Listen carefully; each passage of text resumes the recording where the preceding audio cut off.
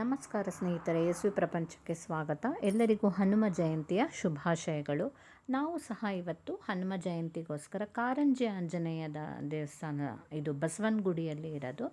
ಒಳ್ಳೆ ಎಂಥ ಪ್ಲೇಸಲ್ಲಿದೆ ಅಂತಂದರೆ, ಬಸವನಗುಡಿ ಅಂದರೆ ಅಷ್ಟಿದೆ. ನಾವು ಎಂಟ್ರಾದ ತಕ್ಷಣ ಫಸ್ಟು ಇಲ್ಲಿ ಒಂದು ಗರುಡ ಗಂಬ ಸಹ ನಮಗೆ ಕಾಣಿಸುತ್ತೆ. ಇವಾಗ ಹನುಮ ಜಯಂತಿ ಆಗಿದ್ದಕ್ಕೆ ಒಳ್ಳೆ ಕಲ್ಚರಲ್ ಪ್ರೋಗ್ರಾಮ್ಸ್ ಎಲ್ಲ ಇರುತ್ತೆ ಸಂಜೆ, ಅದ್ರದ್ದು ಲಿಸ್ಟ್ ಎಲ್ಲ ಇತ್ತು. ಆಮೇಲೆ ನೋಡಿ, ಇದು ಹಳೆಯದು 500-600 ವರ್ಷ ಕೆಂಪೇಗೌಡರು ಕಟ್ಟಿಸಿರೋದು ಈ ಟೆಂಪಲ್ಲು. ಇಲ್ಲಿ ಫುಲ್ಲು ಕಾರಂಜಿ ಇತ್ತಂತೆ, ಅಂದರೆ ಲೇಕ್, ಈ full national college, bull temple ಈಗ ಕಟ್ಟಿರೋ ಜಾಗ, ಅಲ್ಲೆಲ್ಲ ಕೆರೆ ಇತ್ತಂತೆ. ಆ ಕೆರೆಗಳ ಮಧ್ಯೆ ಎಲ್ಲಿ ಎಲ್ಲ ಬೌಂಡರೀಸ್ ಕಟ್ಟಲಿಕ್ಕೋಸ್ಕರ ಕೆಂಪೇಗೌಡರು ಹುಡ್ಕೊಂಡು ನೋಡಿ, ಅಲ್ಲೊಂದು ದೊಡ್ಡ ಅಶ್ವತ್ಥನ ವೃಕ್ಷ ಇದೆ. ಅದು ಹುಡ್ಕೊಂಡು ಬಂದಾಗ ಇಲ್ಲಿ ಇದು ನೋಡಿ, ಈ ಹನುಮನ್ ದೇವಸ್ಥಾನ, ಹನುಮಂದು ವಿಗ್ರಹ ಸಹ ಕೈಯಲ್ಲಿ ಚೂಡಾಮಣಿನ ಹಿಡ್ಕೊಂಡಿರೋಂಥ ಸ್ಪೆಷಲ್ಲು. ಯಾವಾಗ ಲಂಕೆಗೆ ಹೋಗಿಬಿಟ್ಟು ಸೀತೆ ಹತ್ರ ಆ ಚೂಡಾಮಣಿನ ಇಸ್ಕೊಂಡ್ಬಿಟ್ಟು ಬಂದು ರಾಮಂಗೆ ಕೊಡ್ತಾನಲ್ಲ ಹನುಮ, ಆ ಘಟನೆನ ಇಲ್ಲಿ ಇದು ಮಾಡಂಗಿದೆ. ಸೊ ಕರೆಕ್ಟು ಅಲ್ಲಿ ಹನುಮ ಹಿಂಗೆ ತಿರ್ಕೊಂಡಿರೋದು ಎದುರಿಗೆ, ಹನುಮನ್ ಆ ಕಿಂಡಿಯಿಂದ ಎದುರಿಗೆ ರಾಮನ ಗುಡಿ, ಇಲ್ಲಿ ರಾಮ ಇದ್ರ ಎದುರು ಈ ಕಡೆ ಒಂದು ಕಿಂಡಿಯಲ್ಲಿ ಹನುಮ ಕಾಣಿಸುತ್ತೆ. ಆ ರಾಮನ್ನ ನೋಡ್ತಾ ಇರೋ ಹಾಗೆ ಹನುಮಂದು ವಿಗ್ರಹನ ಕಟ್ಟಿದ್ದಾರೆ, ಕೈಯಲ್ಲಿ ಚೂಡಾಮಣಿ ಹಿಡ್ಕೊಂಡಿರೋದು. ತುಂಬ ಹಳೆ ಟೆಂಪಲ್ಲು, ಎಷ್ಟು ಚೆನ್ನಾಗಿದೆ ಅಂದರೆ ಇದನ್ನು ವರ್ಣಿಸೋಕ್ಕಾಗಲ್ಲ. ಇಲ್ಲಿ ರಾಮ, ಸೀತಾ, ಲಕ್ಷ್ಮಣದು ಸಹ ವಿಗ್ರಹ ಇದೆ. ರಾಮನ ದೇವಸ್ಥಾನ, ಹನುಮನ ದೇವಸ್ಥಾನ.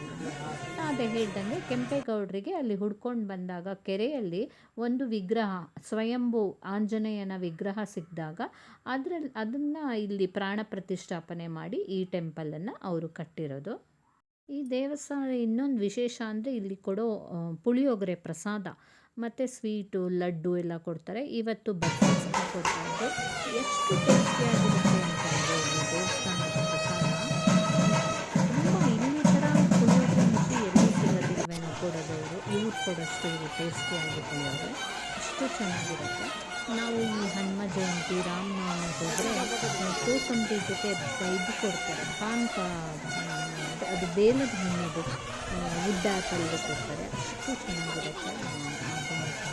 ಸೊ ಒಂಥರ ತುಂಬ ಒಂಥರ ಇದು ಹೇಳೋಕ್ಕಾಗಲ್ಲ, ಅಷ್ಟು ಒಳ್ಳೆ ಪ್ಲೇಸು.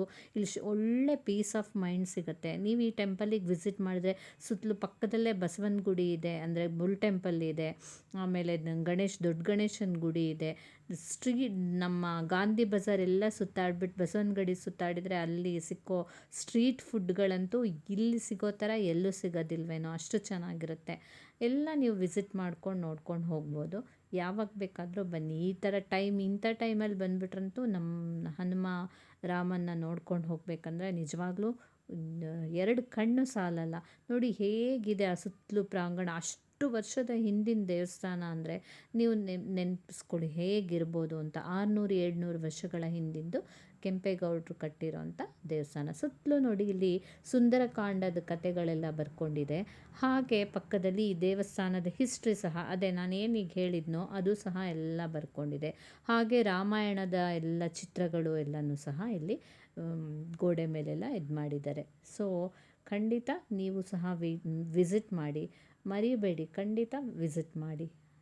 ಹಾಗೆ ನನ್ನ ಚಾನಲನ್ನು ಮರೀದೆ ಲೈಕ್ ಮಾಡಿ, ಕಮೆಂಟ್ ಮಾಡಿ, ಸಬ್ಸ್ಕ್ರೈಬ್ ಮಾಡಿ, ಆಯಿತಾ? Thank you.